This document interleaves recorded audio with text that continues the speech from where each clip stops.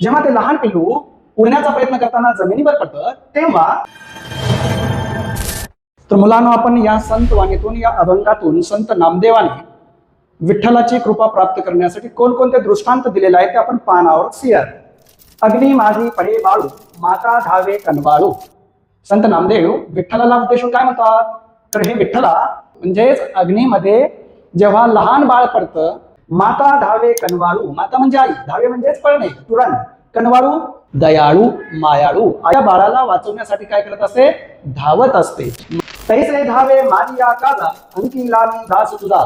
संत नामदेव विठ्ठलाला उद्देशून काय म्हणतात, तैसे धावे, त्या आईप्रमाणे तू सुद्धा धावत ये. कशासाठी, माझी या काजा, for my duty, my work, मला वाचवण्यासाठी, माझ्या कामासाठी तू काय कर, धावत ये.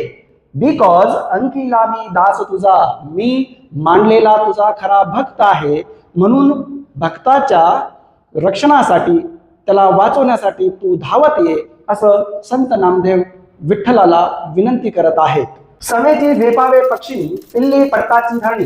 इन्स्टंटली झेपावे पक्षिणी, जेव्हा ते लहान पिल्लू उडण्याचा प्रयत्न करताना जमिनीवर पडतं तेव्हा ते त्या पिल्लाची आई, पिल्ली पडताची धरणी, ते पिल्ली म्हणजे ते पिल्लू धरतीवर पडताच त्याला वाचवण्यासाठी ती काय करते, धावत येते आणि त्या पिल्लाला वाचवते.